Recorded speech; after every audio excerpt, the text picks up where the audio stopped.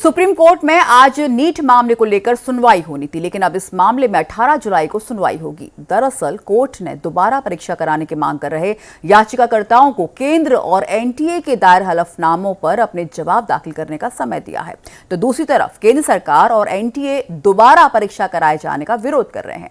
इस मामले को लेकर हमने सामाजिक कार्यकर्ता डॉक्टर भूपेन चौरसिया से खास बातचीत की। आप भी सुनिए उन्होंने क्या कुछ कहा।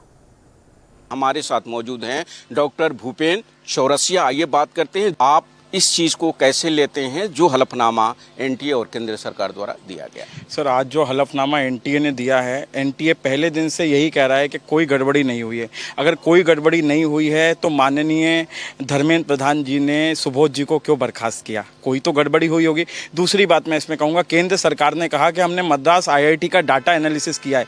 सुप्रीम कोर्ट ने ये कहा था कि क्या आपके पास कोई डाटा है जो ये बता पाए कि किसने चीटिंग की है, किसने नहीं की। आपने उसका एनालिसिस नहीं कराया है, ये इंटरप्रेट गलत हो रहा है। सुप्रीम कोर्ट ने संकेत दिया था और कहा था कि अगर ये डिजिटल माध्यम से पेपर लीक हुआ है तो जंगल में आग की तरफ फैल गया होगा।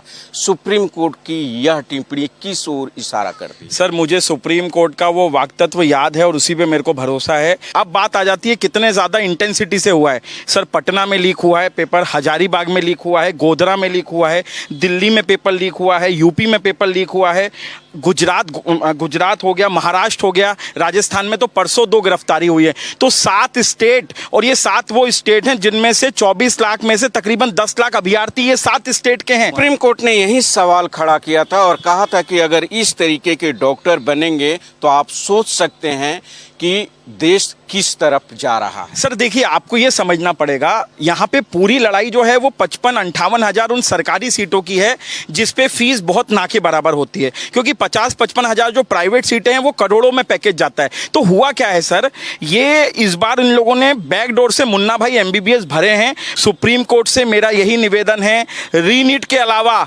आप इन बच्चों को कहीं से भी किसी तरीके से इंसाफ नहीं दे पाएंगे।